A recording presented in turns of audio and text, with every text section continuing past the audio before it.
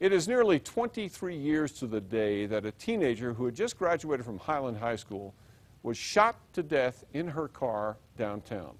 The case made headlines here and it got national attention, but despite the publicity, it has never been solved. And police say if they don't get new information, it never will be.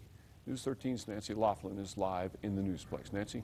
Well, Dick, it was Sunday night, 1989. Kaitlyn Arquette was driving by herself on Lomas when someone pulled up alongside her and shot her twice in the head.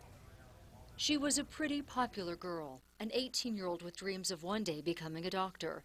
But on a July night 23 years ago, those dreams died when someone murdered Kaitlyn Arquette. We've been working for so many years just to get the answer to why our daughter died. July 16, 1989, Kaitlyn had just had dinner at a friend's home.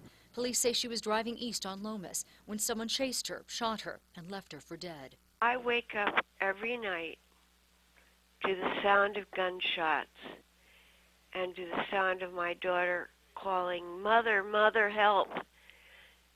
And I'm not there. Lois Duncan and her family have since moved away, but their hope of one day finding Kaitlyn's killer is still very much alive. It was a tough case. There wasn't a lot of information to go on.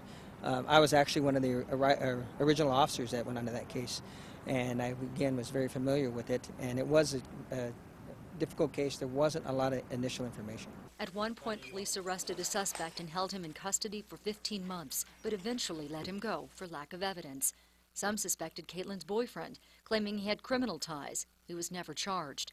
Kaitlyn's mother has many theories about what happened. She's even written a book about it called Who Killed My Daughter?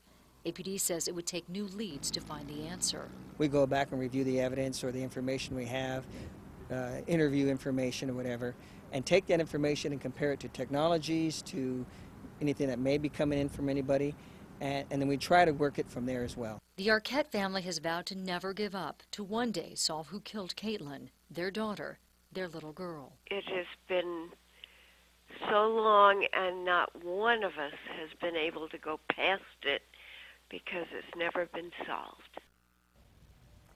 Lois Duncan says her daughter did leave a legacy. She says Kate was an organ donor. Her heart and her lungs were given to a Santa Fe man.